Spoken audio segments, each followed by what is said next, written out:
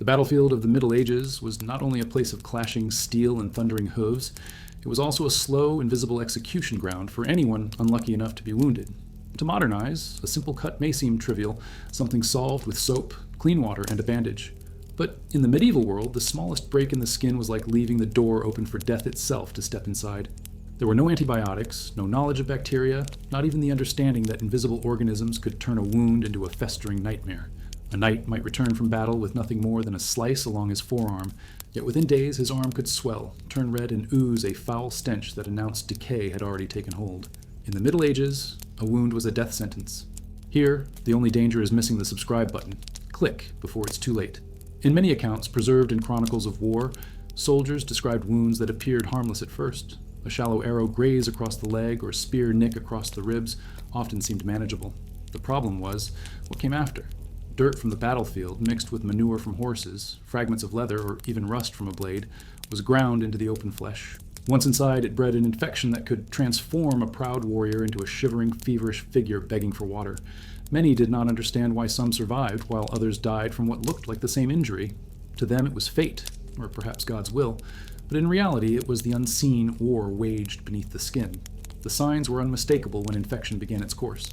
The skin surrounding the wound darkened, sometimes turning black as if death itself was creeping upward through the veins.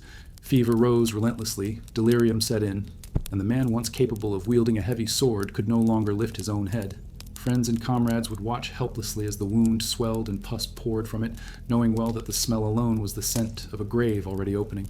Some infections spread so quickly that soldiers reported a man could be talking in the morning and gasping his last breath by nightfall. This speed turned every injury into a gamble. Each drop of blood shed a possible death sentence. One chilling example comes from the campaigns of the 100 Years' War. Chroniclers wrote of archers struck by arrows that were not fatal at the moment of impact, yet many died within days. Arrows were often coated with soil and grime simply from lying on the ground or being reused. Once lodged in flesh, the shaft carried that contamination deep under the skin, embedding infection where no knife or crude tool could reach. To remove it often made matters worse. The splintering of the arrow left behind fragments that festered, producing what we now know as gangrene. At the time, the explanation was that the wound had been cursed, or that the body was rejecting the injury. In truth, the infection had already won. Imagine the terror of a young squire who had been cut across the thigh during a skirmish. At first, he thought himself lucky to have escaped the crushing blow of a mace or the piercing thrust of a lance. He laughed with relief, believing he would heal quickly. But within days, his thigh turned swollen and hard, each step unbearable. Soon he could no longer walk. His companions laid him in a tent, where the heat of his fever grew stronger than the heat of the sun. His skin blistered and split, the wound weeping with a sickly odor that even his closest friends could not endure. For him, death came not by blade, but by the slow invasion of infection. His story was not rare. It was the common fate of the wounded. What made these infections even more merciless was the lack of knowledge about how they spread. Medieval healers often worsened the situation with their well-intentioned but misguided remedies. They might smear honey, lard, or animal dung directly onto the wound, believing it would draw out the bad humors. Instead, it introduced even more bacteria. Others attempted to seal the injury with hot oil or boiling wine, thinking the heat would cleanse it. The agony of such treatment was indescribable, and still the infection often returned stronger. Death was rarely swift. It was a lingering, suffocating process that tore a man apart from within. The battlefield itself became a breeding ground for disease. Corpses left to rot, the blood-soaked soil, and the swarms of flies circling over open wounds created an environment in which infection thrived. It was not unusual for a single battle to be followed by days of soldiers collapsing from fevers, not from the strikes of their enemies, but from the poisoned wounds they carried back. In some camps, healers recognized the stench of decay as a sign that amputation was the only chance, yet the crude saws and knives they used often spread the contamination even further. It was as if the war never ended, continuing silently within the body long after swords had been sheathed. The fear of infection shaped how warriors viewed even the smallest injuries. A nick on the hand from handling a blade or a blister, rubbed raw by armor straps, could be the start of an unstoppable decline. Men who had survived countless battles sometimes succumbed to something so minor that it seemed absurd. But nothing was trivial when it came to wounds in the Middle Ages. Survival depended not only on skill in combat, but on sheer luck against the invisible enemy that waited in every drop of soil and every speck of blood. It was this cruel reality that made medieval warfare so unforgiving. The moment steel tore flesh, the clock began ticking. Infection was not a possibility, it was an expectation, and only the strongest or the most fortunate would resist its grip. And when the wound began to swell and burn, when the fever rose and the smell of rot filled the air, there was no turning back. What seemed like a minor injury became a torment that swallowed men whole, leaving behind only stories of how a warrior who had survived the clash of armies was undone by something he could not even see. When a soldier fell on the battlefield and managed to crawl away still alive, his greatest enemy was no longer the sword that struck him, but the treatment that awaited him. In the absence of knowledge about cleanliness or sterilization, the concept of a bandage was often nothing more than whatever piece of fabric could be torn from a shirt, a cloak, or even the shroud of another fallen man. These makeshift cloths were rarely clean. They carried sweat, dirt, dried blood, and the residue of daily life in medieval villages, where sewage ran in the streets and animals lived under the same roofs as humans. Wrapping such filth around an open wound was like pressing the battlefield itself into the flesh. Chronicles of the Crusades describe men bound with rags ripped from banners or horse blankets. To them it was an act of survival, something to stop the blood from flowing. But what they did not see was the slow poison they were tying directly against their own flesh. Dust and grime trapped beneath the cloth turned wounds into festering pits. As the bandage soaked with blood, it became damp, warm, and perfectly suited for the growth of bacteria. Within hours, the wound no longer looked like a mark of courage, but like the beginning of rot. The desperate use of filthy wrappings was not limited to the chaos of the battlefield. Even in villages and towns, when a farmer cut his hand on a sickle or a carpenter sliced his palm on a chisel, the first instinct was to grab the nearest scrap of fabric. Often, it was part of an apron used to prepare food, or a rag already blackened from wiping surfaces covered in animal grease. In trying to protect the wound, they sealed in danger. These crude dressings did not breathe, they did not heal, they incubated death. It was common to find men who lived through the injury itself only to die days later with their bandages clinging to their flesh like a second rotting skin. The problem was worsened by the way medieval healers reused cloth. Linen was expensive and not easily discarded. Once a strip of fabric had been wrapped around one patient, it might be wrung out, dried in the sun, and tied around another. No one suspected that invisible threats remained embedded in the fibers, waiting to invade the next body. Some hospitals run by religious orders prided themselves on charity, tending to the poor and the wounded, but their well-intentioned work often spread sickness further. To the medieval eye, the act of binding a wound was a sign of mercy. To the body, it was often a sentence. There are records of soldiers describing the smell of their own bandages. A knight wounded in a skirmish near Calais wrote of how the cloth wrapped around his leg grew so foul that even his comrades could not remain close to him. He spoke of pulling the fabric away, only to find his flesh sticking to it, torn away in strips as though the cloth had fused with his skin. For him, the bandage did not preserve life, but peeled it away piece by piece. The horror was not only in the pain, but in the realization that every attempt to help seemed to invite greater suffering. And yet, people believed in the power of wrappings. Some thought that pressing relics or holy cloths onto wounds would grant healing through divine intervention. Pilgrims carried strips of fabric touched to the shrines of saints, convinced that such relics could cure any injury. But relics, too, were rarely clean. They passed through countless hands, soaked in sweat and dust from the road, and when tied onto an open wound, they carried more contamination than blessing. It was faith woven into fibers, but it was also faith that unknowingly quickened the arrival of death. Occasionally, someone stumbled upon methods that helped rather than harmed. In some monasteries, bandages were boiled before reuse, a practice born less of medical knowledge and more of ritual cleanliness. While they did not understand why, these treatments sometimes reduced infection. Yet such practices were rare exceptions in a world where the majority believed cleanliness was less important than balancing humors or invoking saints. For most, a bandage was not a safeguard. It was a slow executioner. Imagine the terror of lying in a dark tent after battle, a strip of cloth tied tightly around your arm. At first, it stops the bleeding and you breathe a sigh of relief, but as the days pass, the fabric grows stiff with dried blood and sweat. The pain intensifies. When finally someone removes the bandage, the wound beneath has turned black and swollen, and the stench makes the strongest stomachs turn.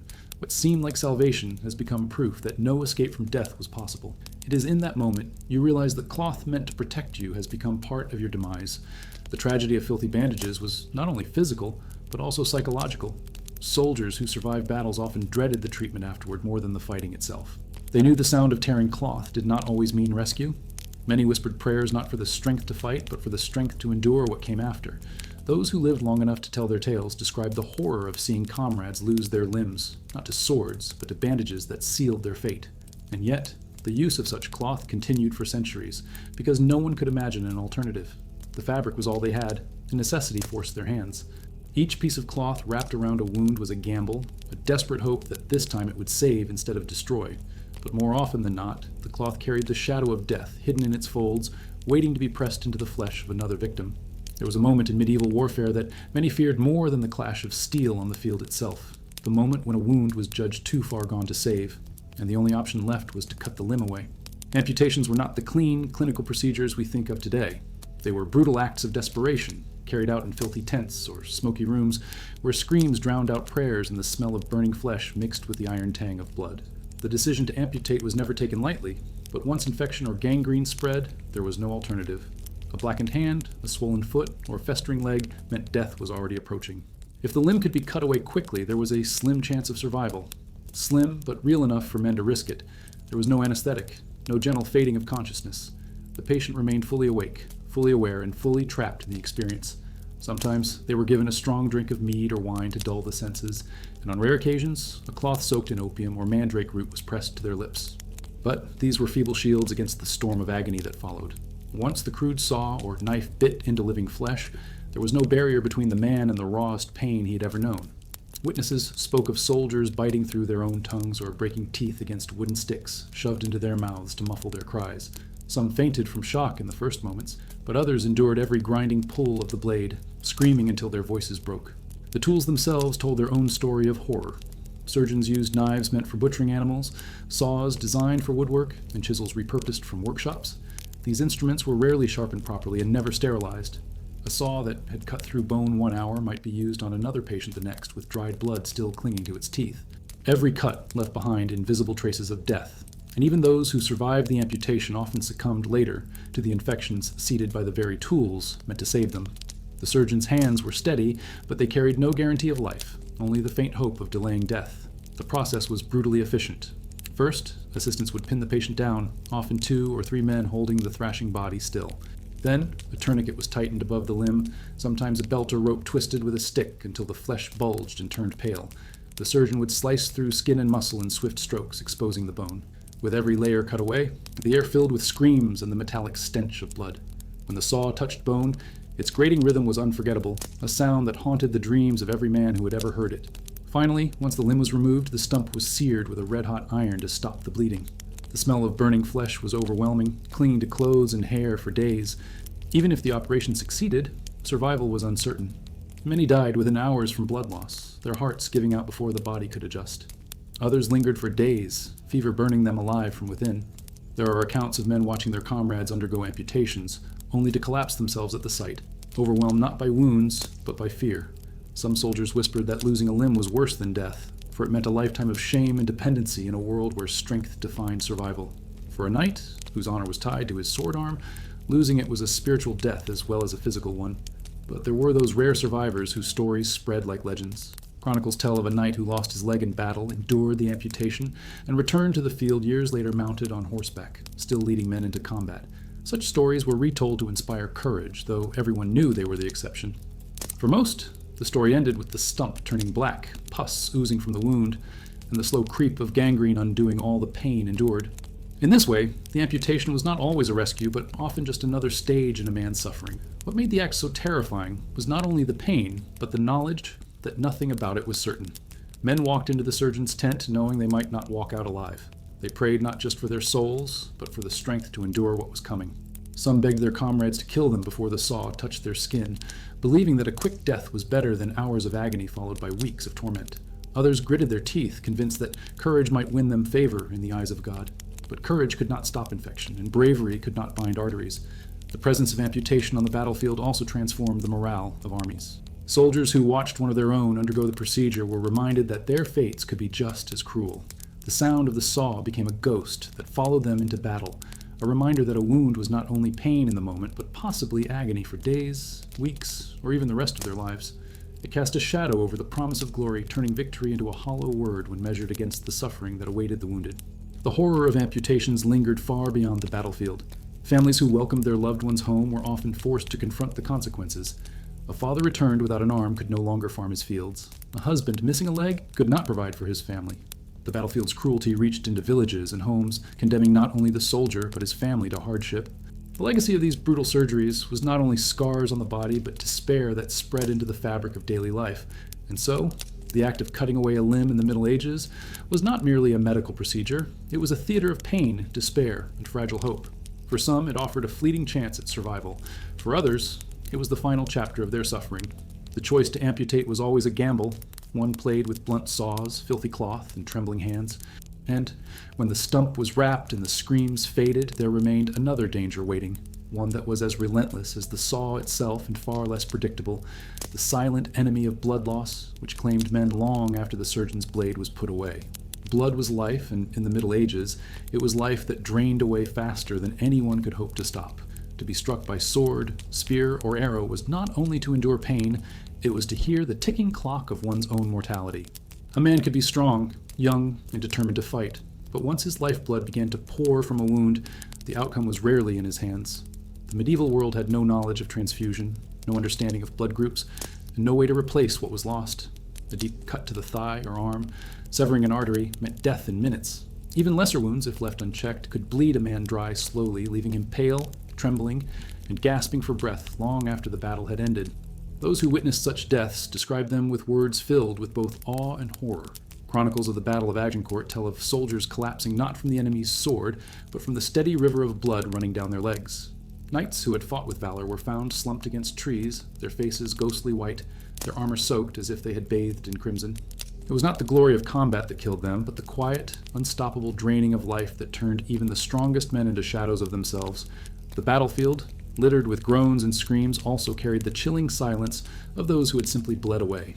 What made blood loss particularly terrifying was its deceptive nature. At first, the wounded man might still stand, still swing his sword, still shout to his comrades. The rush of battle and the heat of adrenaline masked the weakness creeping through his veins.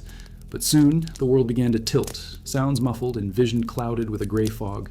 Hands trembled, legs failed, and then came the collapse. Those watching often could not understand how a warrior who had moments ago seemed invincible could fall without warning. To them, it was sudden and inexplicable. Today, we know it was the body starved of oxygen, the heart unable to pump enough blood to sustain life. In the Middle Ages, it was simply described as fate. The attempts to stop bleeding were desperate and brutal. Healers might press handfuls of cobwebs into the wound, believing they had natural clotting properties. Others stuffed moss, ash, or even bread into gaping cuts, hoping to stem the flow. Sometimes, a hot iron was pressed against the injury to sear vessels shut, a practice that brought screams so piercing they echoed across camps. While cauterization occasionally saved lives, more often it caused further damage, burning flesh so deeply that infection took root in the charred remains. Blood loss was rarely a clean death. It was slow, filled with shivers, thirst, and cries for water that no one dared to give. Imagine a soldier struck in the thigh by an enemy's blade. He falls, clutching the wound, pressing with trembling hands to stop the river escaping his body. His comrades drag him behind the line, tearing strips of cloth to bind his leg. At first, it seems to work. The bleeding slows, and hope flickers. But as the hours pass, the cloth soaks through, turning dark and heavy, and the flow begins again. His voice weakens, his lips crack, and by nightfall, he is gone. His comrades whisper that he was brave, that he fought well. But in truth, he was not defeated by his enemy. He was undone by the blood his own body could not hold. Even outside the battlefield, blood loss claimed countless lives. Women in childbirth were especially vulnerable, with midwives, helpless as mothers bled to death within hours of giving life. Farmers, injured by tools, often died not from the wound itself, but from the steady leaking of life that no one could stop. In a world where every cut was a gamble, blood was both a blessing and a curse. It gave strength, but once spilled, it became the most ruthless executioner of all. There was a fascination, even a superstition, around blood in the medieval mind. Many believed it carried not only life, but the soul itself. To bleed excessively was to lose one's very essence, and so prayers often accompanied the binding of wounds, as if words might persuade the body to hold its lifeblood in. Some healers practiced bloodletting as a cure, draining patients deliberately to balance humors. Ironically, the very practice designed to restore health could hasten death, leaving already weakened bodies with too little blood to survive the next injury. The contradiction was cruel, but it was woven into the tapestry of medieval medicine. The helplessness of soldiers watching their comrades bleed to death left deep marks on their minds. They could face the enemy's sword with courage, but the sight of a friend growing pale, lips blue, eyes glassy, made even the bravest tremble. It was not only death they witnessed, it was the slow unraveling of a man's vitality, drop by drop. And unlike the clean finality of a strike to the head or chest, blood loss dragged on, leaving time for fear, for despair, for prayers whispered to deaf skies. Rarely there were survivors. Tales spread of men whose wounds clotted against all odds, whose bodies somehow stemmed the flow and carried them back from the edge. Such men were celebrated, their stories told around fires as if divine intervention had spared them. But these cases were few, and they only highlighted the hopelessness of the many who did not return. Survival was not skill, not strength, but pure fortune. The cruel truth was that no matter how many battles were won, no matter how skilled the warrior, all it took was one wound in the wrong place, one artery severed, one vein left unchecked. Death did not need to swing a sword when it could creep quietly through the loss of life's essence. And once the blood was gone, nothing, no prayer, no herb, no healer's hand, could bring it back. It left warriors not only fearing the blade of their enemies, but dreading the invisible countdown that began with every cut. And yet, when blood no longer flowed and the body hovered between life and death, there was one final hope healers often turned to. It was not clean, it was not scientific, and it often added new agony to the suffering already endured. It was the belief that wounds could be saved not by binding or pressure, but by pouring burning liquids into the flesh itself, a practice that opened a new chapter of torment with every drop. When the bleeding finally slowed, when the screaming dulled into weak sobs and the bandages were tied as tightly as possible, there remained the lingering question of what to do with the wound itself. To leave it open was to invite death through rot and infection, but to treat it was often to deliver suffering so intense that men prayed for death rather than endure the cure. One of the most common medieval remedies was to pour boiling liquids, wine, oil, or even vinegar, directly into the open flesh. The logic was simple. Heat and strong drink cleansed. The reality was far more cruel. Imagine the scene. A knight lies on a rough wooden table, his comrades holding down his arms and shoulders as a surgeon prepares the remedy.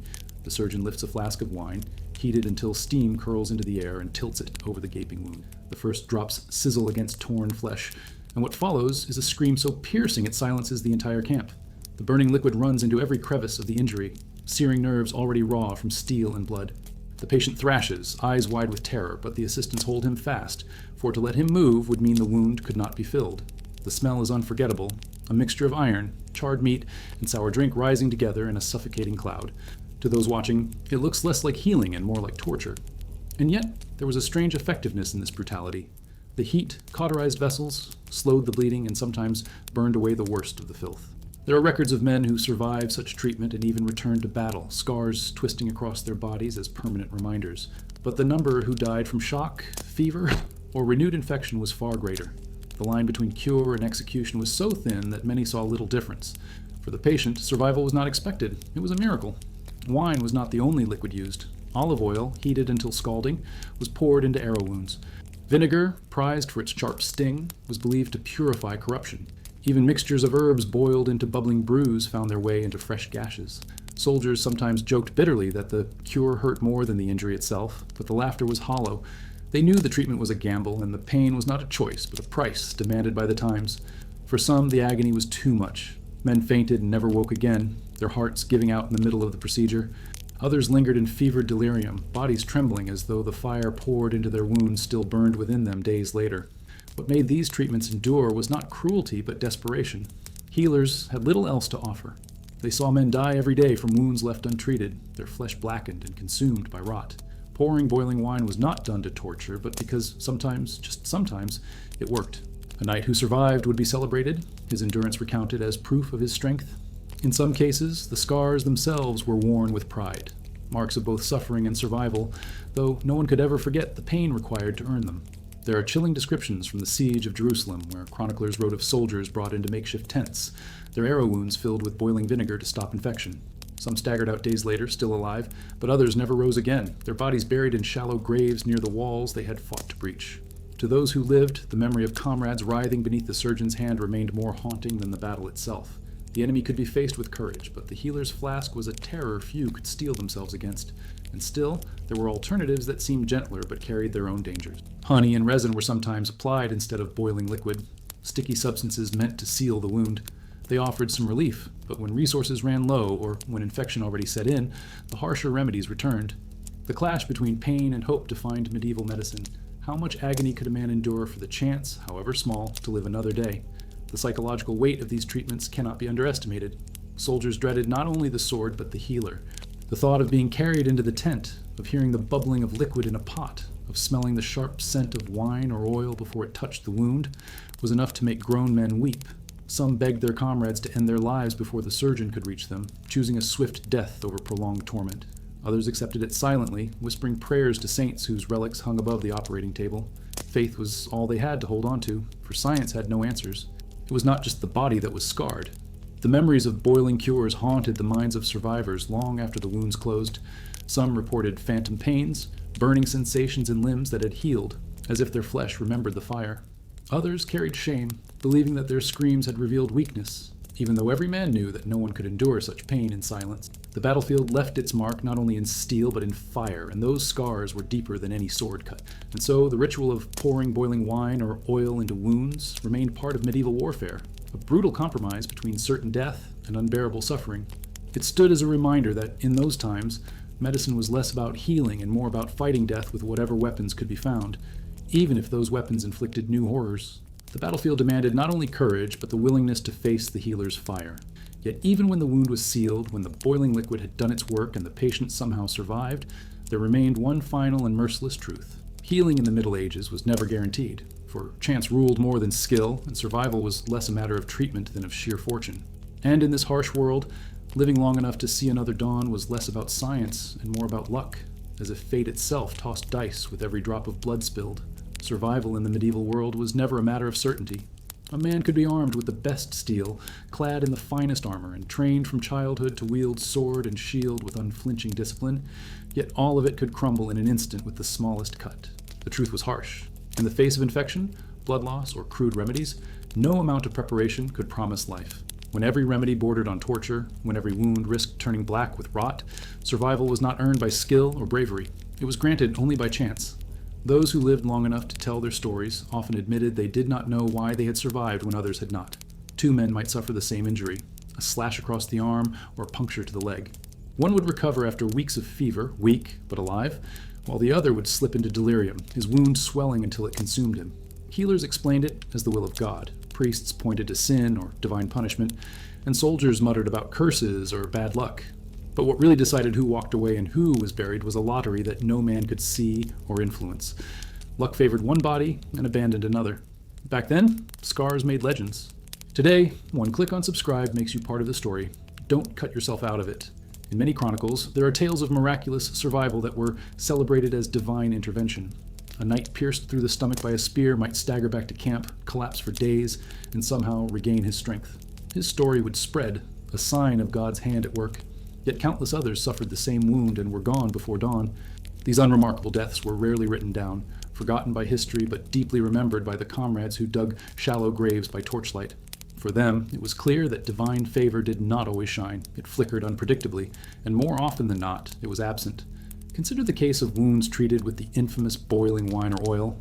One man might endure the agony, his flesh sealing into a scar that lasted a lifetime. Another, subjected to the same ritual, would die of shock before the liquid cooled. It was the same procedure, the same healer, even the same substance poured, and yet the results diverged wildly.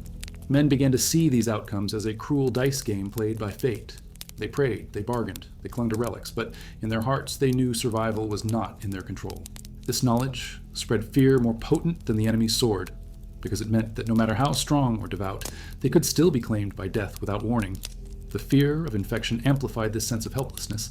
A cut that seemed to heal cleanly at first might suddenly swell days later, veins darkening, fever rising, and within hours, the victim was gone. The unpredictability of it gnawed at morale. Soldiers looked at their wounds daily, checking for redness, for swelling, for the smell that heralded decay. Some prayed each morning that their wounds would stay clean for just one more day. Others stopped believing in anything at all, resigned to the roll of unseen dice that determined who would breathe tomorrow and who would not. The battlefield had enemies in armor, but the deadliest enemy was invisible and everywhere. Even in peaceful villages, the same truth held. Farmers, carpenters, and mothers faced the same cruel lottery. A child's scraped knee could turn fatal if infection set in, while another child survived a far deeper cut without consequence. Women in childbirth sometimes lived through bleeding and tearing, hailed as blessed, while others perished in hours despite the prayers whispered over them. Communities tried to explain these contrasts with talk of destiny, of sins being punished, or lives being spared for greater purpose. But beneath these words lay fear, the fear that no one could ever be truly safe. Survivors often carried their fortune like a burden rather than a gift. Many spoke of survivors' guilt long before the term existed, asking why they had been spared when their comrades had not. They remembered the screams of men who did not return, the smell of rotting wounds that foretold certain death, the eyes of friends begging for water as their blood seeped away. To live was to carry those ghosts. Luck gave them life, but it also chained them to memories of agony and loss that could not be escaped. Victory in war felt hollow when measured against the roll of fate that decided who lived long enough to see it. This dependence on luck also shaped the way people viewed medicine and healers. Faith in treatment was fragile. Some swore by certain remedies, claiming they had worked for them, while others cursed those same remedies for killing their brothers. The uncertainty of outcomes left a deep mistrust, but also a deep desperation. Even if a cure might kill, men still submitted because doing nothing seemed worse. The healer's tent was a place of dread, but also the only doorway where chance still flickered. The dice might roll against you, but without entering, you had already lost. And so survival in the medieval world was not a matter of certainty, but of chance. A gamble with death in every bandage, every drop of blood, every searing cure. To walk away from battle with wounds that healed was not proof of strength, but proof of fortune. Those who survived did not merely fight their enemies, they fought fate itself, and by some unexplainable twist, fate let them win. But the cruelest part was that they knew this victory was never theirs to command, and that the next time steel struck flesh, fortune might not smile again.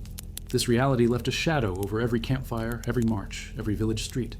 Life was fragile, and death was close. The survivors who bore their scars also bore the knowledge that luck had chosen them once, but might never choose them again. And it was this awareness, more than the enemy's blade, that kept fear alive in every man and woman of the Middle Ages. By the time the battle smoke cleared and the cries of the wounded began to fade, another enemy was already creeping silently through the camps, one even more persistent than the blade or the arrow. It was the battlefield itself, its mud soaked with blood, its air thick with the stench of rotting bodies, and its soil alive with invisible killers. The Middle Ages were not a world of antiseptic hospitals or sterile wards. They were a world where rats scurried between the corpses, where flies swarmed over open wounds, and where disease found easy purchase in every cut, bruise, and scrape left behind by combat. If the wound had not already claimed a man, the environment in which he tried to heal often finished what the sword had started. The filth of a medieval camp was unimaginable by modern standards. Soldiers slept on damp straw, sometimes alongside their horses, their armor never fully cleaned, their clothes soaked with sweat and grime. Food scraps, waste, and blood mixed together in the mud beneath their feet. Water was drawn from streams already tainted by the runoff of battle, where corpses floated downstream and animals drank freely. Every sip carried the risk of contamination, every gulp another chance for sickness to spread. To be wounded in such a place was not merely to face pain, it was to invite death from all directions. Insects were among the worst enemies of the wounded. Flies laid their eggs directly into open flesh, and within days maggots appeared, writhing inside wounds. Ironically, we know today that maggots sometimes consumed dead tissue and slowed gangrene, but in the Middle Ages, this sight was seen only as a sign of decay and despair. The soldier, whose wound crawled with life, knew his end was near, and the smell alone drove others away. Rats too played their part, gnawing at the edges of camps and spreading plague-bearing fleas. One soldier's festering wound could, through vermin, ignite outbreaks that consumed entire companies. The battlefield after combat was equally treacherous. Bodies were rarely buried quickly or properly. Fallen men, horses, and even dogs were left to rot where they lay, their decay filling the air with a miasma that people believed carried disease. Healers, standing among the corpses, wrapped wounds with hands that had touched death minutes before, never suspecting they were carrying the grave from one man to another. It was not uncommon for those who had survived their injuries to die weeks later, their strength sapped by camp fever, dysentery, or the Black Death itself, which lingered at the edges of medieval Europe like a wolf waiting for prey. One grim example comes from the campaigns in Italy, where chroniclers described entire companies of mercenaries falling ill after a single skirmish. Their wounds were minor, scratches, bruises, a few cuts, but the filth of the camp turned those small injuries into gateways for death. By the end of a week, dozens had collapsed from infection, and survivors spoke of tents filled with the groans of men sweating through fevers, as if the battlefield itself refused to release them. It was not arrows or swords that had thinned their ranks, but the environment they lived in. Even those lucky enough to avoid infection carried scars from the struggle. Healed wounds often twisted into grotesque shapes, leaving men disfigured and weakened. Bones that had not set properly turned once strong warriors into hobbling figures, their bodies reminders of what the battlefield had stolen. In towns and villages, these survivors were both honored and pitied. They bore the marks of bravery, yes, but also the marks of a world that gave them no chance to heal cleanly. For many, every step or movement brought fresh pain, a lifelong echo of the battlefield that had nearly consumed them. The superstition of the age compounded this suffering. People believed that foul air, the infamous miasma, caused sickness, so wounded men were sometimes left in poorly ventilated tents, sealed away from what they thought was dangerous night air. In truth, the darkness and stifling heat only worsened the infections festering inside. Herbs were hung around beds, incense burned to drive away disease, but none of it could stop the unseen spread of bacteria. Soldiers placed their hope in charms, relics, or whispered prayers, not knowing that the very conditions around them were what determined their fate. Villages that hosted returning soldiers often paid the price, too. Wounded men brought sickness home, their families caring for them with bare hands, using the same rags and water over and over. A father's infected wound became a household tragedy as wives and children caught fevers that spread without mercy. A single cut could ripple outward, turning private suffering into community catastrophe. To be wounded was never a solitary curse. It was a burden that weighed down entire circles of life. And yet, stories of endurance still emerged from this grim reality. Some men survived conditions that should have killed them, their wounds festering and yet somehow closing, their fevers burning but eventually breaking. They became legends in their companies, their survival proof, at least in the eyes of their comrades, that fate could be challenged, even if rarely. But these men were exceptions, reminders that chance, not certainty, decided who walked out of camp alive. Their scars told a story not only of steel and battle, but of mud, flies, and rot, the hidden enemies that killed more effectively than any blade. This merciless environment left an indelible impression on the minds of medieval people. The battlefield was never just about combat, it was about survival in the aftermath, when invisible forces finished what armies had begun. To survive the sword was one victory, but to survive the filth of camp was another battle entirely. And, while one could face an enemy with courage, there was no shield strong enough to hold back the creeping decay of the world around them. Even when wounds closed and scars hardened, the memories remained, the smell of decay, the buzz of flies, the sight of comrades succumbing to fever after they had survived the fight. These images haunted soldiers for life, proof that the war never truly ended. For in the medieval world, to be wounded was not only to risk death in the moment, but to carry death with you, lingering in the very ground, in the very air, in every breath of the camps that were meant to keep you alive. When the body faltered and the crude hands of the surgeon had done all they could, there remained only one refuge for the wounded man: faith. In the medieval world, religion was not a comfort set apart from daily life. It was woven into every breath, every decision, every hope of survival. And nowhere was it more present than in the treatment of wounds. Where science failed, people turned to the divine, believing that holy relics, whispered prayers, and blessings from the church could accomplish what boiling wine, bandages, and saws could not. To die of an infected wound was seen as natural, but to be healed through faith was celebrated as a miracle.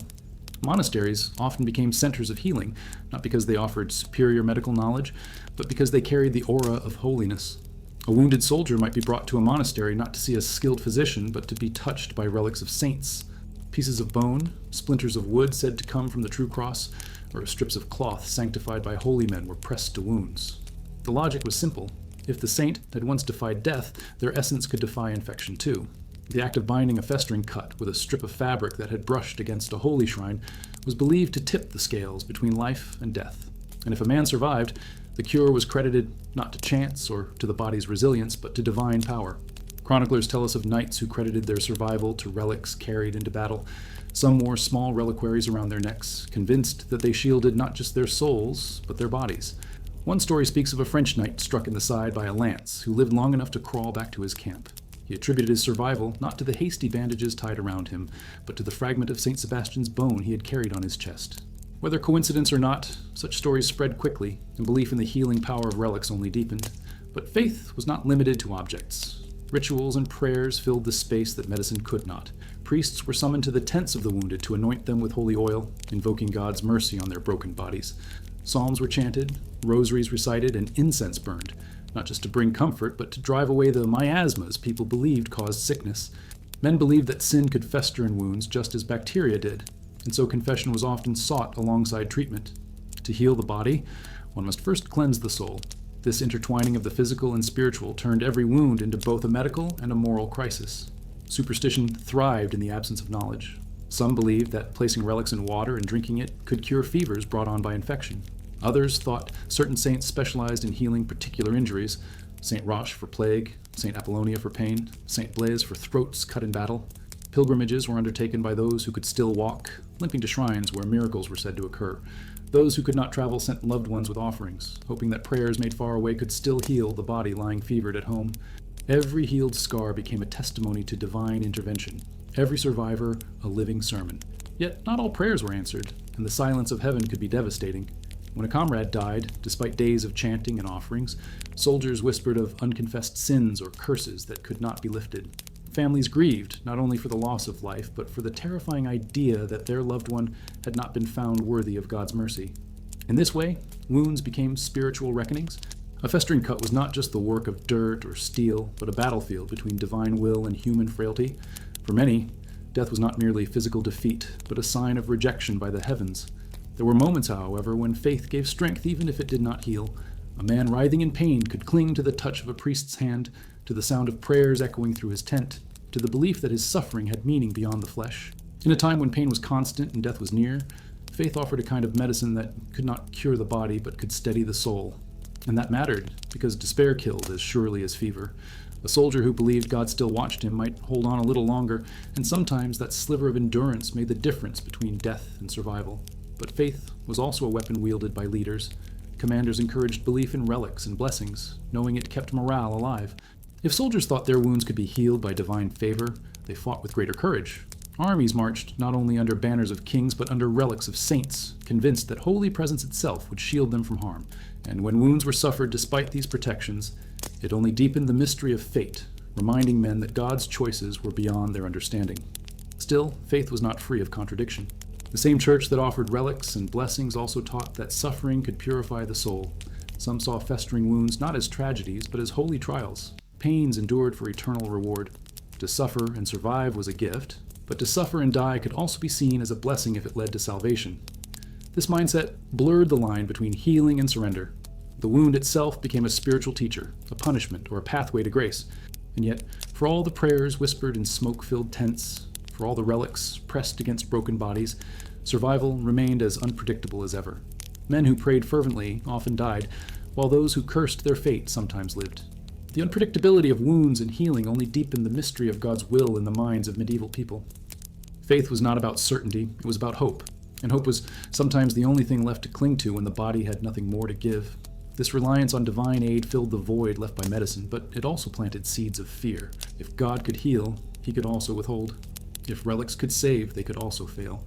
In this fragile balance, the wounded man learned that his survival depended not just on the surgeon's saw or the bandage's binding, but on the unknowable judgment of forces greater than himself. And, as he lay fevered and trembling, clutching a cross or whispering a prayer, he knew that the line between life and death was not written in his body alone, but in the heavens above him. When prayer and relics had been exhausted, when the wound still festered and the fever still climbed, medieval people turned to the oldest medicine they knew, the earth itself. The forests, fields, and gardens of Europe were living pharmacies, filled with herbs, roots, and flowers that promised to soothe pain, drive out poison, or restore strength. These remedies were born not from laboratories or experiments, but from centuries of trial, error, and superstition. Every village had its healer, often an older woman or a monk, who carried in memory the lore of plants passed down from generations. To the wounded soldier or the suffering peasant, these remedies were a final chance at survival, though they carried as much risk as they did hope. One of the most common treatments was the use of garlic. Crushed into a pungent paste, it was smeared onto wounds in the belief that its strength could drive out infection. In truth, garlic does have mild antibacterial properties, something medieval healers could never have explained scientifically but had observed through experience. Sometimes it helped, slowing decay and allowing a wound to close. Other times, the sharp burn only worsened the pain, and the patient died anyway, leaving survivors to debate whether the failure came from the plant or from fate. This uncertainty was the rule of herbal medicine. What saved one man might kill another. Honey was another prized remedy, spread thickly across cuts and gashes. Sweetness and healing seemed an unlikely pair, yet honey's natural ability to seal wounds and resist bacterial growth made it one of the rare medieval treatments that genuinely worked.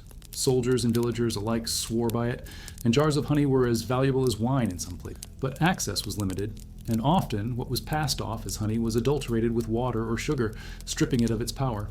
The unlucky who received these weaker concoctions found no salvation, only more decay beneath a sticky veneer. Then there were herbs like sage, yarrow, and comfrey. Yarrow, sometimes called soldier's herb, was believed to staunch bleeding, and comfrey was known as bone knit, said to help fractures mend. Poultices made of these plants were pressed into wounds, their green juices staining the bandages. Sometimes they seemed to ease pain, sometimes they did nothing, and sometimes they introduced new infection from the very soil in which they had grown.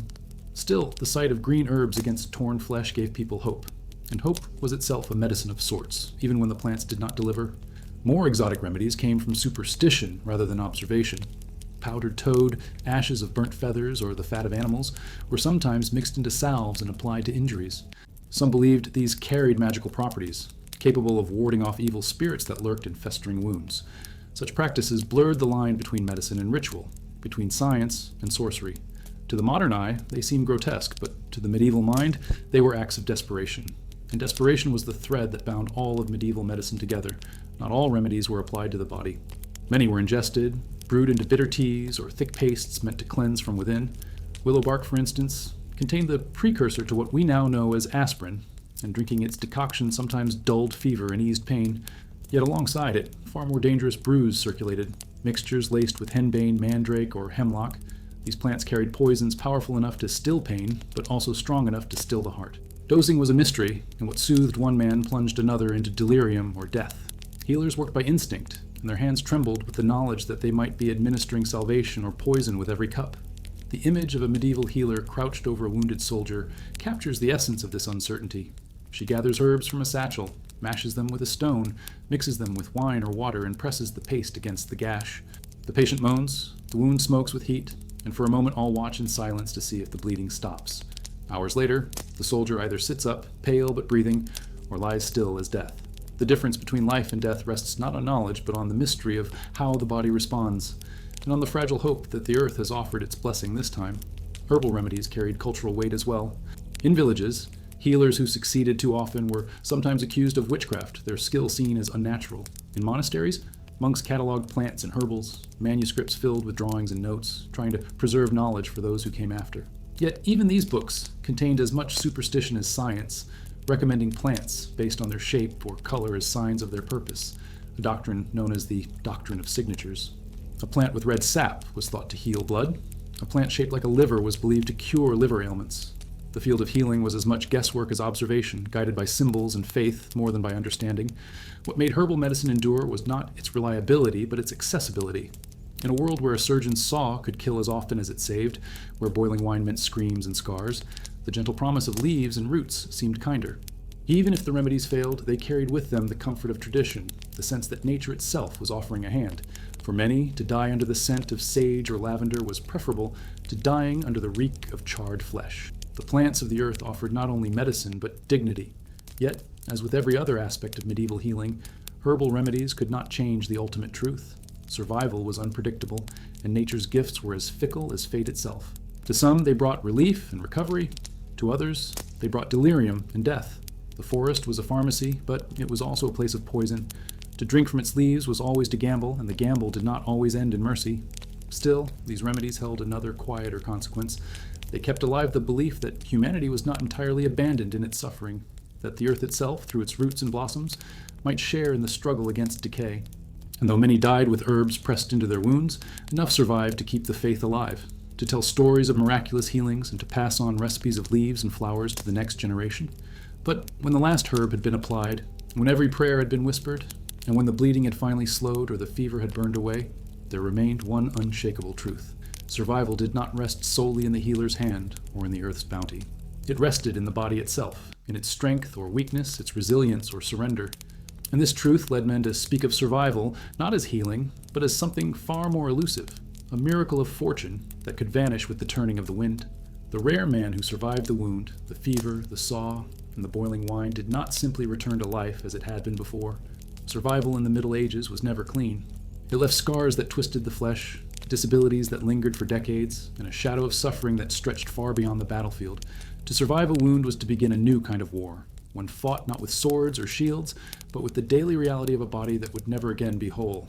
The scars themselves told silent stories.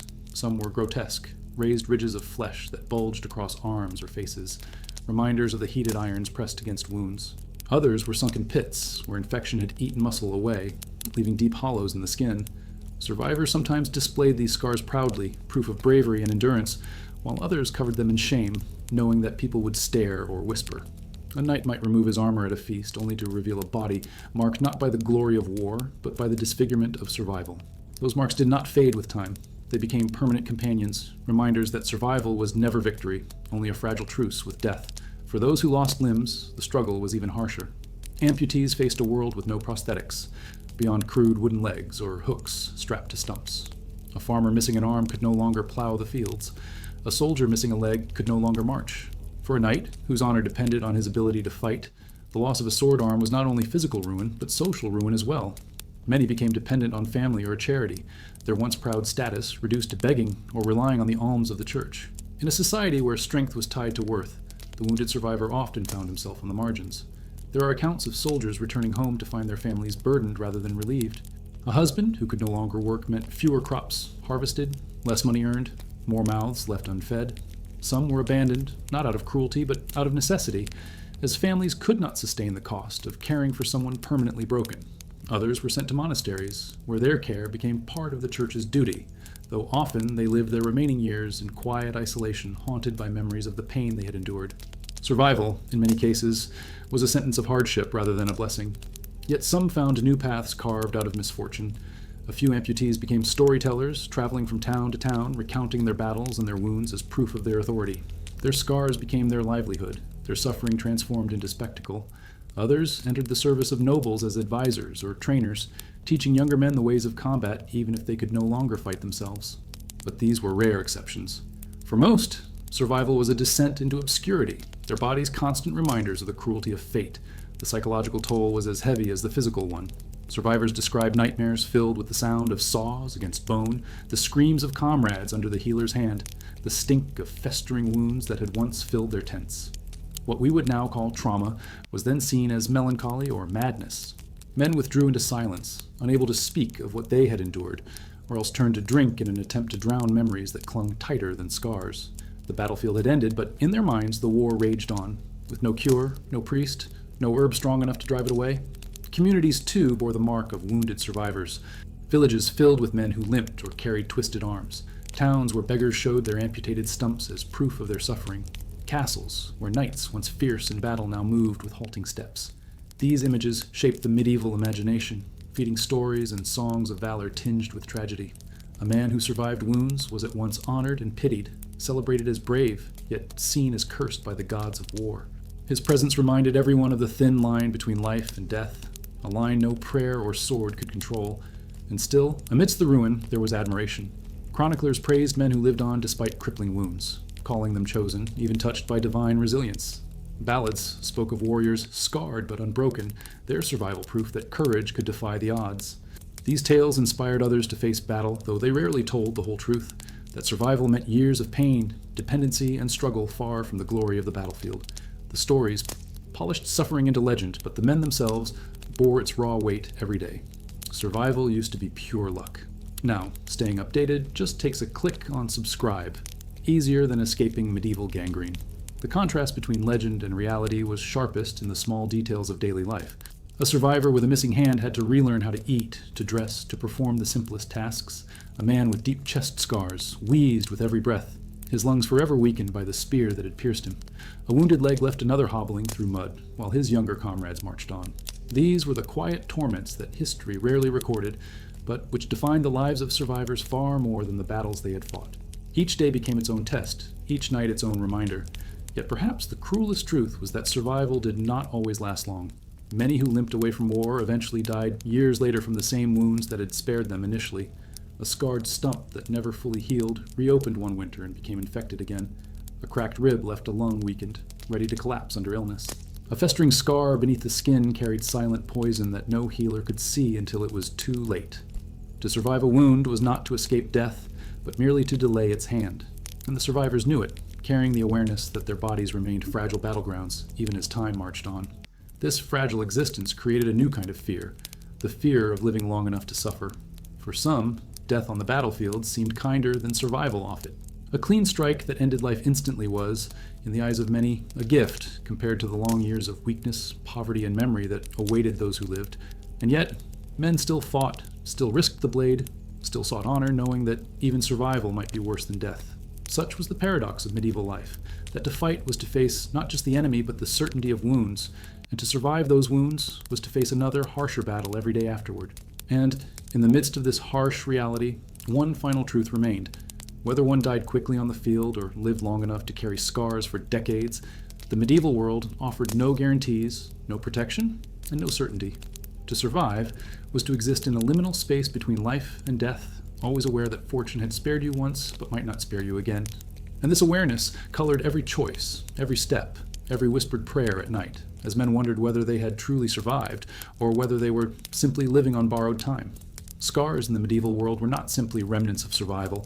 They were texts written on the body, interpreted by society with meanings far greater than flesh and blood. To bear a scar was to carry a story, whether of courage, dishonor, divine favor, or cruel fate. These marks turned men into symbols, and their presence shaped not only personal identity but also how entire communities remembered war, suffering, and survival. What began as an accident of the battlefield often lived on as legend, woven into song, chronicled in parchment, and whispered around firesides for generations. Among knights and warriors, scars were badges of honor. A face split open by a sword stroke or chest gouged by a lance was proof that the bearer had stood in the line of danger and lived. Feasts and castles often saw men rolling up sleeves or unfastening collars to reveal jagged ridges of healed wounds, displaying them like trophies. Chroniclers of the 100 Years' War described how scars elevated reputations, turning ordinary fighters into figures of admiration. A scarred knight was trusted more than an untested one, for his body had already proven his commitment to his lord's cause. His scar was evidence that he had risked everything, and in a society where loyalty and bravery defined manhood, that evidence carried weight. Yet scars were double-edged. On one hand, they could inspire respect. On the other, they could inspire fear or pity. A scar across the face was sometimes seen as disfigurement, stripping a man of the beauty or symmetry so prized in medieval ideals of nobility. Women who bore scars, whether from childbirth, accident, or assault, were often stigmatized, their bodies seen as ruined or marked by sin. Scars could open doors to honor in battle, but they could close doors in daily life, shaping how people were treated in their villages and courts. To be scarred was to be set apart, not always by choice, and not always for glory. Religious interpretations deepened the meaning of scars. In sermons, priests often likened the wounds of soldiers to the wounds of Christ, suggesting that suffering on the battlefield echoed divine sacrifice. Some scars were celebrated as holy, seen as marks of God's testing, proof that the survivor had endured trials meant to cleanse the soul. Others were viewed as punishment, reminders of sin or divine disfavor.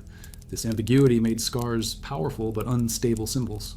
A single scar could be interpreted as proof of courage by one man and as proof of guilt by another.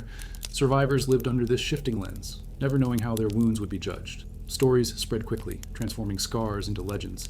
Ballads sung by minstrels celebrated warriors who had survived great injuries. One song from the German lands told of a knight who fought on even after losing an eye, his scarred face becoming a symbol of loyalty to his lord. Another tale spoke of a peasant archer whose arm was split open by an axe, yet who strung his bow with the other until the battle was won. Whether true or exaggerated, these stories turned individual suffering into collective inspiration, teaching listeners that wounds were not only physical realities but moral lessons. Scars, in these tales, became metaphors for endurance, loyalty, and sacrifice. But the darker side of scars also seeped into folklore. Disfigured survivors sometimes became outcasts, feared as cursed or marked by witchcraft. Villages whispered of men whose scars never healed, as if they carried unnatural forces. Children were warned not to stare at scarred faces, lest misfortune follow. In this way, scars shaped not only the lives of the wounded, but also the imagination of those who saw them. They became symbols of the fragility of the human body, reminders that beneath armor and faith, flesh was vulnerable, and survival was never guaranteed. Even the battlefield itself became mythologized through scars. Chroniclers often described landscapes as wounded, hills scarred by trenches, fields cut open by fire. The language of wounds extended beyond the body into the land, binding human suffering to the geography of war. Survivors carried their scars back to their villages, but villages, too, carried scars and ruined walls and burned fields. Together, these marks became communal memory, shaping how entire regions remembered war long after the swords had been sheathed. Scars also created hierarchies among men. Some were proud of their visible wounds, believing them to be noble proofs of courage, while others were ashamed of wounds they considered cowardly. A scar on the chest suggested bravery, facing the enemy head-on, while a scar on the back was whispered about as evidence of flight or dishonor. Chroniclers and poets reinforced these ideas, praising frontal wounds and shaming those carried behind. For men who had no control over where a blade had struck, such judgments were cruel, yet they persisted, entwining scars with moral worth. The fascination with scars extended even to rulers. Kings and lords often displayed their own wounds as proof of their right to rule. Richard the Lionheart, famed for his military prowess, was celebrated not only for his victories, but for the scars he carried from crusade. These marks served as political tools, symbols that a leader had endured the same pain as his soldiers. A scarred ruler was seen as more authentic, closer to his men, more deserving of loyalty. In this way, scars became currency in the marketplace of power. Yet no matter how society interpreted them, scars carried the same private truth. They were constant reminders of pain, A knight might smile at a feast while showing his scar, but when he returned home, he still felt the ache of bones that had been broken, the stiffness of flesh burned by boiling wine, the phantom pains of amputated limbs. Legends polished scars into symbols, but the men who bore them knew the harsher reality. Their scars were not only public stories, but private burdens, living proof of nights filled with pain, of battles fought long after the war had ended. And so scars occupied a paradoxical place in the medieval imagination. They were marks of honor and of shame, of divine favor and of divine punishment, of strength and of weakness. They shaped reputations, inspired stories, and haunted dreams. They were proof of survival, but also proof of suffering. In this way, scars blurred the line between honor and horror, reminding everyone who looked at them that survival in the Middle Ages was never clean, never simple, and never free. But scars, as powerful as they were, did not stand alone. They were only one part of the cultural memory of wounds. Beyond the body, beyond the individual, entire communities carried the weight of loss, weaving stories of those who had died, rituals of mourning, and traditions of remembrance. And, in those collective memories, wounds became more than scars. They became history itself, written not only on flesh, but in the soul of medieval society. When the last cry of the battlefield faded and the bodies were gathered, the story of wounds did not end with the survivors. It continued in the hearts and rituals of the communities left behind. Medieval society did not treat death as a private affair. It was a public event, a collective burden carried by villages, towns, and armies alike. Every wound, whether healed or fatal, carved its echo into the lives of the living, shaping how families grieved, how communities remembered, and how history itself was written. Survival and scars might belong to individuals, but mourning belonged to everyone. The death of a soldier began with the solemn rituals of the body. If possible, comrades washed the fallen, covering them in simple shrouds before burial. This act was not merely practical, it was spiritual, a cleansing to prepare the soul for judgment. For many, wounds were not seen as gruesome marks, but as holy signs, proof that the deceased had suffered in service to his Lord or in defense of his faith. Chronicles of crusaders often describe bodies scarred by arrows and swords as almost saint-like, their wounds compared to those of martyrs. The act of burial became not just an end, but a transformation, where pain was sanctified into meaning. Families bore the heavier part of grief. A widow receiving back her husband's armor without the man who had worn it faced not only sorrow, but destitution. Children inherited scars of their own, not on their bodies, but in the absence of fathers who would never return. For peasants, the death of a laborer meant hunger. For nobles, the death of a knight meant a fracture in the fragile chain of loyalty and protection that held feudal society together. Every wound that killed a man opened wounds in the lives of those who had depended on him, proving that the battlefield's cruelty reached far beyond the clash of swords. Communities developed rituals to cope with this relentless grief. Funeral processions through villages were moments of collective mourning, with bells tolling and torches carried through narrow streets. The chants of priests mixed with the wails of women, and the entire village shared in the loss. This public grief was not only for the dead, but for the living, a way to remind everyone that their pain was not borne alone. In these processions, scars became collective memory, engraved not just on flesh, but on the rhythm of prayers and songs. Songs and ballads played a vital role in this remembrance. Minstrels transformed wounds and deaths into stories sung in marketplaces and courts, ensuring that no man's suffering was lost to silence. A peasant might never be named in chronicles, but his struggle could live on in a song sung for years. Ballads often elevated the dead into heroes, polishing their pain into lessons for the living. Through music, communities turned grief into something shared, transforming private loss into a narrative that gave meaning to tragedy. But behind the beauty of the song lay the raw memory of the wounds that inspired it, memories that could never be erased. Religious rituals deepened the collective processing of wounds and loss. Masses were offered for the souls of the fallen, candles lit for the wounded, and relics carried in remembrance of those who had died. Families donated to monasteries in the names of their dead, believing that prayers would ease their loved ones' journey through purgatory. These practices did more than soothe grief. They embedded wounds into the spiritual life of communities. Every scar and every death was tied into the eternal story of salvation and damnation, ensuring that wounds were not forgotten, but inscribed into the fabric of eternity. At times, mourning took on political significance. Rulers used the memory of fallen soldiers to rally the living, turning scars and deaths into calls for loyalty and vengeance. Kings commissioned chronicles that highlighted the bravery of their men, framing wounds as proof of divine favor for their cause. Villages that lost many men in a single battle became symbols of sacrifice, their grief woven into the banners carried into the next war. Mourning was not just personal, it was a tool, shaping how societies justified conflict and remembered its cost. The rituals extended even to the land itself. Fields where blood had soaked the soil were sometimes marked with crosses or chapels, sanctifying the ground as holy. Pilgrims visited these sites, praying for the souls of the dead and for protection from wounds of their own. These memorials turned landscapes into living reminders of suffering, scars etched into the very geography of Europe. Just as soldiers carried scars on their flesh, villages and fields carried scars in stone and wood, visible to all who passed by. But grief was not always solemn. It could also turn bitter. Some widows cursed the lords who had sent their husbands to war. Some peasants whispered that no relic or prayer could justify the endless stream of funerals that hollowed out their villages. Anger lived alongside sorrow, a silent rebellion against the inevitability of wounds and death. These murmurs rarely made it into chronicles, but they simmered in the daily lives of those who had lost too much. Grief, in this sense, was not only remembrance, but resistance. And yet, even in this bitterness, communities found ways to endure. Shared mourning created bonds, uniting villages under the weight of loss. Rituals, songs, and prayers gave form to suffering, turning chaos into something that could be carried together. Wounds and scars might destroy individuals, but they created collective strength, binding people through memory. The medieval world survived its endless grief not by erasing it, but by weaving it into the very fabric of its culture.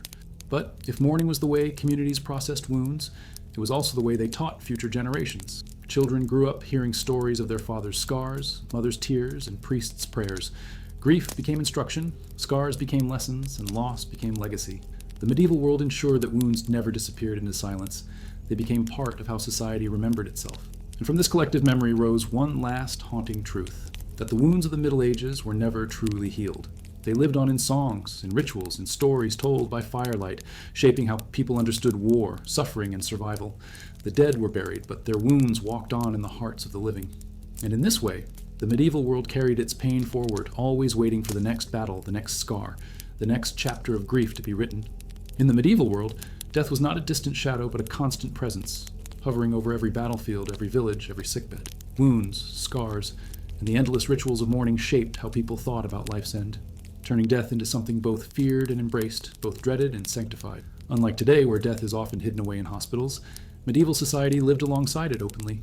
Every family had buried someone too young, every village had watched disease or war steal its sons, and every church bell had tolled countless times in a single year. Death was not the exception, it was the rhythm of life itself. For the wounded, death carried layers of meaning that went beyond physical suffering. To die in battle was often seen as honorable, a sacrifice that mirrored the trials of saints and martyrs. Priests reminded soldiers that Christ himself had suffered wounds and bled on the cross, and so a warrior bleeding on the field could imagine his pain tied to something sacred. Death, in this framing, was not meaningless agony but a passage toward eternal reward.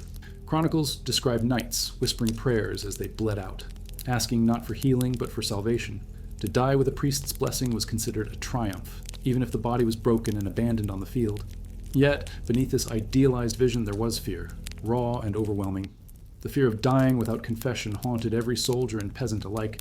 To perish suddenly from a wound without time to repent was seen as a terrible fate, one that could condemn the soul to purgatory or even to hell. This fear made the presence of priests on battlefields as crucial as the presence of surgeons. A soldier could endure the pain of cauterization, but the thought of dying without last rites struck deeper terror. In this way, death was never only about the body, it was about the eternal destiny of the soul. Communities built their understanding of death around rituals designed to tame that fear. Funerals were not only for grieving, but also for guiding the dead safely into the next world. Candles lit the way for the soul, prayers were recited to shorten its journey through purgatory, and masses were said repeatedly to remind the living that the dead still needed their help. Death was a communal process, not a solitary event. To be left unburied or forgotten was considered one of the worst fates imaginable, for it meant not only that the body decayed in silence, but that the soul wandered without rest. The battlefield, however, rarely allowed for such rituals. Countless men were buried hastily in mass graves, or left exposed to scavengers. This reality clashed with the religious ideal, leaving survivors tormented by the thought that their comrades' souls were trapped in suffering because they had not been given proper rites. Songs and prayers for the fallen became ways to make up for this absence, attempts to soothe the guilt of the living as much as to honor the dead. In this way, the medieval imagination blurred the line between memory and salvation, using ritual as a way to heal both spiritual fear and emotional pain. Attitudes toward death also reflected the brutal acceptance of its inevitability. Life expectancy was short, disease rampant, and war unending. People learned to live with fatalism, a sense that death could come at any moment and that no amount of wealth, faith, or strength could guarantee safety. This acceptance bred a strange resilience. Men and women prayed fervently, yes, but they also learned to joke about death, to weave it into songs and tales as a familiar companion rather than a stranger. A farmer who saw his neighbor die from a small cut, or a child who watched plague sweep through his family, grew up knowing death was not something extraordinary. It was life's constant shadow. Still, even with this fatalism, there was a hierarchy of deaths. To die in battle was different from dying of plague. To fall defending one's lord was different from dying of hunger. Each manner of death carried meaning, shaping how families remembered the departed. A scar earned in war that later led to death could be honored. A wound from drunken brawling that turned fatal could be shamed. Medieval chronicles did not treat all deaths equally. They polished some into stories of honor, while others were quietly buried in obscurity. Survival and death alike were filtered through the values of faith, loyalty, and reputation. The fascination with death extended into art and culture. Churches were filled with frescoes of the crucifixion, with Christ's bleeding wounds painted in vivid detail to remind worshippers that suffering was sacred. In later centuries, the danse macabre would appear, images of skeletons leading kings, peasants, and priests alike into the grave, underscoring the equality of death. Even in earlier medieval times, the presence of skulls, relics of martyrs, and sermons about mortality shaped how people saw their own end. Death was not hidden. It was displayed, taught, sung, and feared, a lesson repeated endlessly through image and word. But while death was universal, wounds gave it a particular intimacy. To watch a man bleed out was to confront death slowly, viscerally, not as a sudden shadow, but as a creeping force.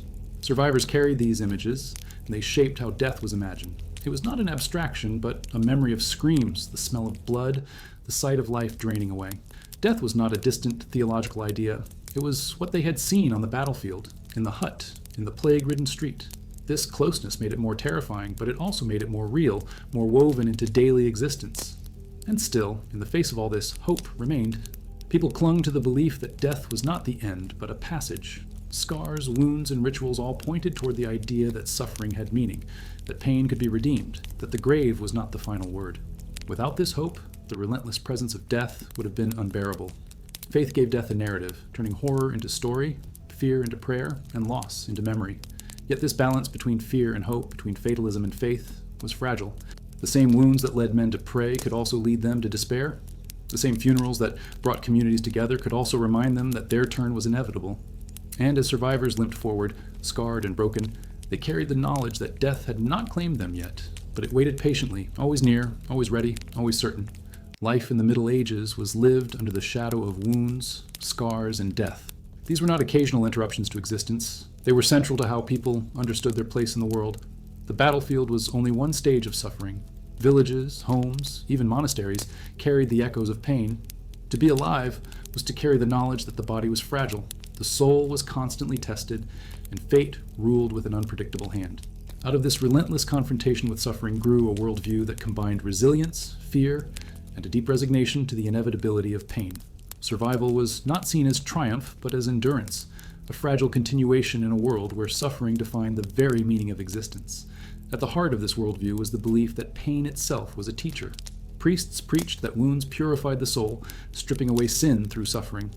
A knight scarred in battle was not only a warrior, but a man who had undergone a spiritual trial. A peasant crippled by disease was not merely unfortunate, but was enduring a divine test. Pain became a form of moral currency, proof of strength or proof of God's will. Those who suffered quietly were praised for their piety, while those who raged were warned that their anger risked condemning their souls. In this way, wounds became more than injuries. They were sermons written on flesh. This acceptance of suffering bred a resilience that might seem unthinkable today. A man who had lost a leg to amputation might still return to his village and find ways to work, fashioning crude tools or leaning on others to continue life. A woman who bore the scars of childbirth carried them as part of her role in sustaining her family. The medieval world rarely offered comfort or escape, and so people endured because endurance was the only option.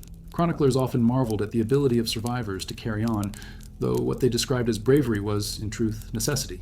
To live meant to adapt, and adaptation often came at the cost of constant pain, but endurance was not the same as hope.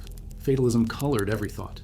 People spoke often of fortune, of fate, of God's will, because they knew no effort could guarantee survival. A knight might polish his armor, sharpen his blade, and trust his training, yet still fall to a single unlucky strike. A farmer might tend his crops with diligence, only to die from an infected blister on his hand. This awareness stripped life of predictability. It made every day feel borrowed, every breath a gift, not from medicine or preparation, but from chance. And in this uncertainty, medieval society built its strength, not in eliminating suffering, but in expecting it. This expectation shaped daily rituals. Morning prayers often included pleas, not only for blessings, but for endurance through pain. Villages held feast days honoring saints who had endured gruesome deaths, reminding people that their own wounds were smaller echoes of divine suffering. Parents taught children from a young age that life was fleeting, using stories of death and scars as lessons.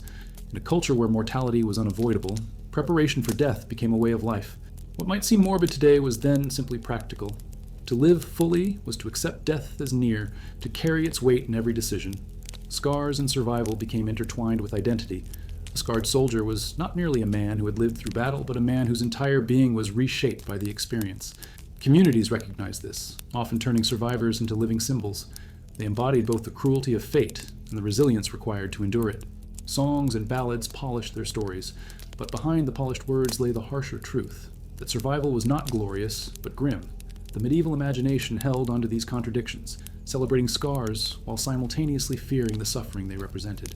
This worldview also influenced justice and punishment. Torture and execution were not only methods of control, but reflections of a society that saw suffering as meaningful. To endure pain in silence was considered noble. To cry out in despair was considered weakness or guilt. Public punishments served as both spectacle and lesson, reinforcing the idea that pain was inseparable from existence.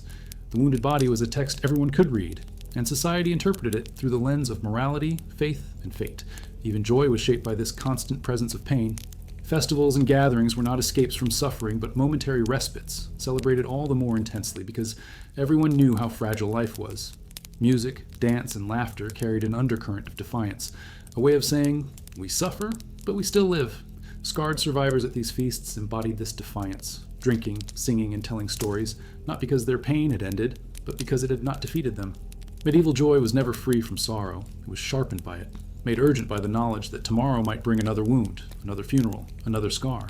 The philosophy of life that emerged from this interplay of wounds, scars, and death was complex. It did not glorify pain for its own sake, but it recognized it as unavoidable.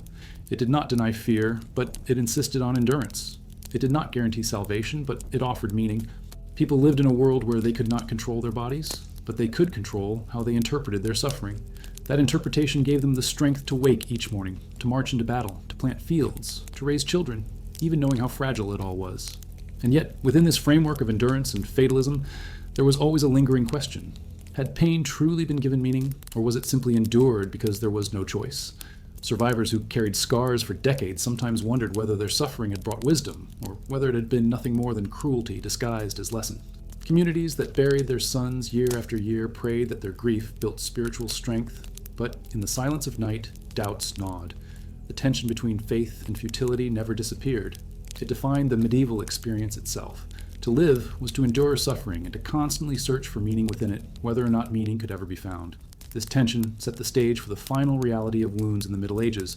Beyond scars, beyond survival, beyond rituals and philosophy, there remained the inevitable truth that pain and endurance were not temporary trials, but lifelong companions.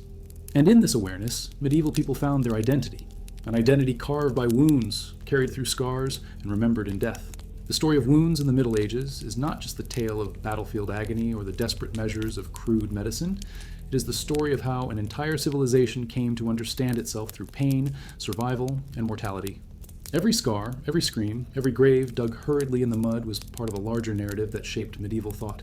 To live in that world was to be constantly reminded of one's fragility, and yet it was also to find resilience in places where hope seemed impossible. Pain was not an interruption to life. It was a constant companion, one that defined the meaning of existence as much as love, faith, or honor. When we look back, it is striking how deeply wounds shaped medieval identity. Warriors wore their scars as proof of courage, even if those scars were also symbols of trauma. Peasants endured everyday injuries that could prove fatal, knowing that survival was as much luck as skill. Women carried the hidden scars of childbirth, their suffering sanctified as part of their role in sustaining families and communities. In each case, wounds were more than physical. They were markers of status, of faith, of resilience. They told stories of who belonged, who was blessed, and who had been tested beyond endurance. And those stories, once told and retold, became part of the collective imagination. The legacy of wounds extended beyond the body and into culture. Art and literature echoed with images of suffering. Saints were venerated not only for their miracles, but for their wounds, their broken flesh turned into symbols of divine triumph. Christ's bleeding body hung at the center of every church, reminding people daily that pain was not only inevitable, but sacred. Songs sung in village squares carried tales of men who bore scars into legend, while laments whispered over graves turned grief into shared memory. The language of wounds became a language of meaning, a way to make sense of lives so often cut short by disease, war, or accident. This constant presence of suffering created a society that was at once hardened and deeply vulnerable. Hardened because people expected pain and carried it without complaint. Vulnerable because every wound, however small, could unravel life entirely. This paradox shaped how medieval people approached the world, with courage born of necessity, but also with a humility that recognized how fragile their bodies truly were. It is no coincidence that prayers often began with pleas for protection, not from grand dangers, but from the smallest injuries, for those were the cracks through which death most often entered. Perhaps the most haunting legacy of medieval wounds is how they blurred the line between the natural and the supernatural. Every injury was interpreted through both flesh and faith. A festering wound could be seen as punishment for sin, a clean scar as proof of divine favor. Survival itself was rarely credited to chance, but to God's hand or the intercession of saints. This belief gave people comfort, but it also deepened their fear. If God could heal, then God could also condemn. If saints could save, then their silence meant rejection. In this way, wounds tied every person not just to their own body, but to the vast mysteries of heaven and hell. Even today, echoes of this medieval mindset remain. We still use scars as metaphors for survival. We still speak of wounds that shape identity, even if they are emotional rather than physical. The fascination with resilience, the romanticizing of suffering as a path to strength, owes much to the world where every injury demanded meaning. When we read chronicles of knights or hear the legends of saints, we are not only witnessing medieval history, we are witnessing the foundations of our own ideas about endurance, sacrifice, and the human cost of survival. But for those who lived it, there was nothing romantic about the smell of infection, the shriek of a saw against bone, or the slow fading of a comrade bleeding out in the mud. For them, wounds were not symbols. They were reality. They were the reason a family went hungry when a father could no longer work, the reason a child grew up without parents, the reason a village buried more men than it could afford to lose. To carry a wound was to carry a burden that shaped not only one's body, but the life of everyone around. And yet, out of that grim reality, something remarkable endured. The medieval world did not collapse under the weight of its pain. Instead, it built cultures, cathedrals, songs, and stories that transformed suffering into something bearable, even meaningful. People endured because they believed their pain mattered, because they trusted it tied them to something larger than themselves. Whether through faith in God, reverence for saints, or the simple solidarity of a village burying its dead together, they found ways to continue. And in that continuation lay the deepest lesson, that survival was never certain, never clean, but always possible. The final truth of wounds in the Middle Ages is not only about suffering, it is about endurance. Bodies broke, families grieved, scars lingered, but life pushed forward. Children were still born, fields still planted, wars still fought. Pain was never absent, but neither was resilience. And it was this balance, this fragile dance between agony and endurance, that defined the medieval imagination. To live was to suffer, yes, but also to find strength in the very act of carrying that suffering into another day. And so the legacy of medieval wounds is not confined to the past. It reaches into our own time, reminding us of the fragility of flesh, the resilience of spirit, and the eternal human search for meaning in suffering. The Middle Ages were a world where wounds were sentences of death as often as they were marks of survival, where pain carved identity into skin, and where faith struggled endlessly to give shape to fear. That world may be gone, but its echoes remain, whispering that every scar is a story, every wound a reminder, and every act of survival a fragile, miraculous victory.